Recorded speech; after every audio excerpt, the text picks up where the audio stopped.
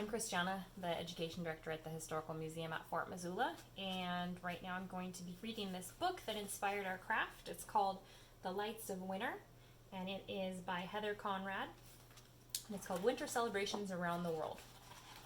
So as I mentioned, with our craft, we were making sun catchers because for thousands and thousands of years, people have celebrated the changes in the seasons.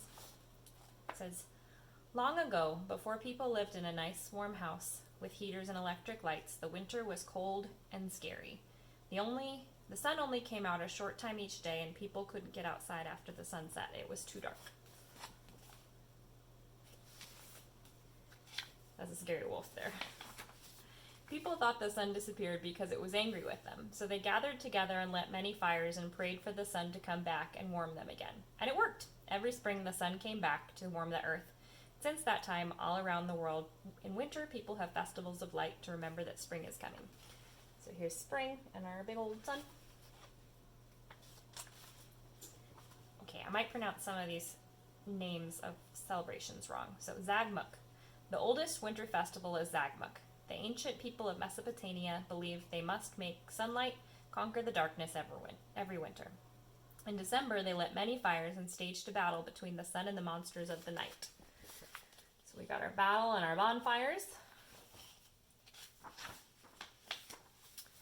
Yule. The darkest day of the year in the north part of the world is winter solstice. Long ago in England, pagan people gathered in the woods on the night of the solstice, December 21st. They brought a sacred log, a Yule log, to start a great fire. They sang and celebrated to wake up the sun so its warm light would return to them.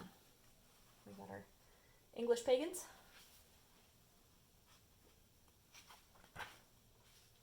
Saturnalia. In ancient Rome, there was a festival at the time of winter solstice. It was called Saturnalia. Friends gave one another candles, and there were gifts for every child. Holly berries and pine tree branches decorated homes, reminding everyone of the green plants of spring. Candles and fires glowed as sacred flames to bring back the sun.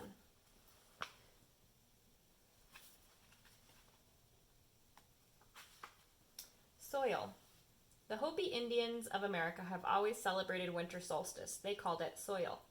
For 20 days in the kivas, underground rooms, Hopi priests prayed in the firelight for the sun to return. Then there was a feast and a dance of kachinas. They blessed the homes with the prayer sticks decorated with feathers. A kachina in a turquoise helmet walks like a baby to remind people of the birth of the new year in the spring. We've got our kachina there.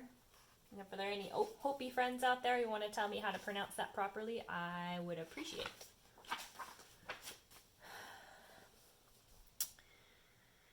Every winter for 2,000 years, Chinese people have celebrated the beginning of the new year. The holiday lasts 15 days, and the very last day is Tengche, the Feast of Lanterns. That night, people carry colorful lanterns into the streets and walk in a parade. At the front is a giant dragon made of bamboo, paper, and silk. The dragon represents the strength to bring back the sun. There's our dragon. Hanukkah. Over 2,000 years ago, Jewish people began celebrating Hanukkah every December. For 8 days, they honor the time they fought for their temple and won. After the battle, there was only a little oil to light the temple lamps. Then a miracle happened, and the oil lasted 8 days. Now Jewish people around the world celebrate Hanukkah by giving gifts and sharing good food. Children play with wooden tops called dreidels, and they light one candle in the menorah each of the 8 nights. Maybe you know some people who celebrate Hanukkah. I know I do. Diwali. In the country of India, every year there is a festival of lights called Diwali. Schools are closed so children can make lanterns called deepas. They pour oil into clay bowls and cut strings for wicks. They put lanterns on roofs and shelves and pathways. For 5 days, the lanterns light up the dark. The lights honor peace between all sisters and brothers who feast together on the last day of Diwali. I think I've heard it called Diwali as well. Christmas. Many hundreds of years ago in Europe, Emperor Constantine changed the winter solstice holidays to a celebration of the birth of Jesus Christ. It became Christmas. Now on December 25th, schools close and people visit families and friends and exchange gifts. Trees are decorated with lights and ornaments. Pine wreaths and holly berries on doorways welcome visitors. On Christmas, Christian people give thanks for the arrival of the new baby, Jesus. You probably know lots of people who celebrate Christmas in Missoula. Las Posadas. In Mexico, there is a Christmas tradition called Las Posadas. For 8 nights, people walk from house to house in a parade like the time Joseph and Mary, the parents of Jesus, traveled to Bethlehem. When they arrived, Mary and Joseph asked at people's homes if they could come inside and rest, but no one let them in. Finally, on Christmas Eve, someone let them stay in a stable so Jesus could be born. For Las Posadas, neighbors invite each other in. They light candles, serve food, and celebrate. I know some people who celebrate this because I grew up in California. Kwanzaa. A very old African harvest celebration has become the winter holiday of Kwanzaa for African Americans. Family and friends share gifts, food, music, and stories. The candle lighting ceremony begins December 26th. A candle holder called a kinara has 7 candles, 3 red, 3 green, and 1 black for the colors of the African flag. Each day until January 1st, a candle is lit to celebrate one of the 7 ideas of community and family that the Kwanzaa tradition honors. There's our family celebrating Kwanzaa.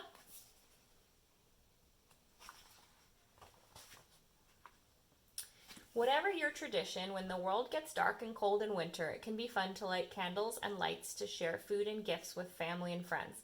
It is fun to celebrate the light in the world wherever you see it. And we see all sorts of folks celebrating. Pretty cool. So I'm curious, what kind of traditions do you have in your family? If you want to share, you could send us a video, or you could post it in the comments, or post a video and do hashtag Fort Missoula Museum or at the Historical Museum at Fort Missoula, and we'd love to hear about your family's traditions. Thanks for listening.